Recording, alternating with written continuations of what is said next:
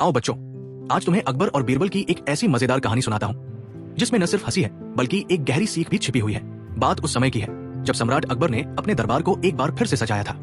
सुबह का समय था, हल्की ठंडी हवा चल रही थी और सूरज की किरणें महल के बड़े बड़े झरोखों से झांक रही थी।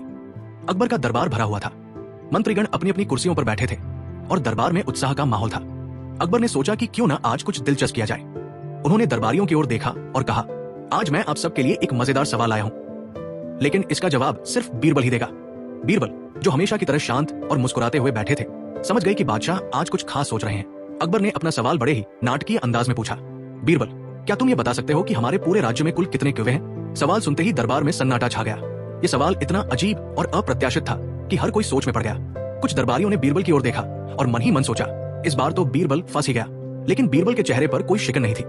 वो हमेशा की तरह आत्मविश्वास से भरे हुए थे। उन्होंने बिना किसी चिंता के कहा, जहांपना, आपके राज्य में ठीक 95,462 कुएं हैं। अकबर ने हैरानी से पूछा, बीरबल, इतनी सटीक संख्या तुमने कैसे बताई? बीरबल ने मुस्कुराते हुए जवाब दिया, जहांपना, ये मेरी जिम्मेदारी है कि मैं राज्य की हर छोटी बड़ी चीज का ध्यान रखूं। अकबर को बीरबल का जवाब मजेदार लगा, लेकिन वो अभी भी संतुष्ट नहीं थे। उन्होंने मजाकिया अंदाज में फिर पूछा, और अगर किसी ने गिनती की और कौवे इससे ज्यादा निकले तो? बीरबल ने तुरंत जवाब दिया, अगर कौवे ज्यादा निकले तो इसका मतलब यह है कि हमारे पड़ोसी राज्यों के कौवे हमारे राज्य में घूमने आए हैं। अकबर ने फिर पूछा, और अगर कौवे कम निकले तो? बीरबल ने बिना रुके उत्तर दिया, जहांपना, अगर कौवे कम निकले तो इसका मतलब है कि हमारे राज्य के कुछ कौवे अपने रिश्तेदारों से मिलने दूसरे राज्यों में गए हैं। बीरबल के इस चतुराई भरे जवाब को सुनकर पूरे दरबार में ठहाके गूंज उठे। सभी दरबारी हंसने लगे और अकबर खुद भी अपनी हंसी रोक नहीं पाए। कहानी का विस्तार। इस जवाब के बाद अकबर ने बीरबल से पूछा, बीरबल, तुम हमेशा इतनी जल्दी और इतनी सटीकता से जवाब कैसे दे देते हो?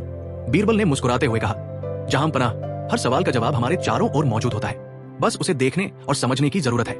इस घटना के बाद अकबर और बीरबल की ये कहानी पूरे राज्य में मशहूर हो गई। गांव और शहरों में लोग इस किस्से को सुनाते और बीरबल की चतुराई की तारीफ करते। एक दिन कुछ पड़ोसी राज्यों के दरबारी अकबर के दरबार में आए। उन्होंने बीरबल की प्रसिद्धि सुन रखी थी और उसे चुनौती देने का मन बना रखा था। उनमें से एक ने पूछा, हमने सुना है कि बीरबल हर सवाल का जवाब दे सकते हैं, क्या यह सच है? अकबर ने गर्व से कहा, बिल्कुल, हमारे बीरबल का मुकाबला कोई नहीं कर सकता।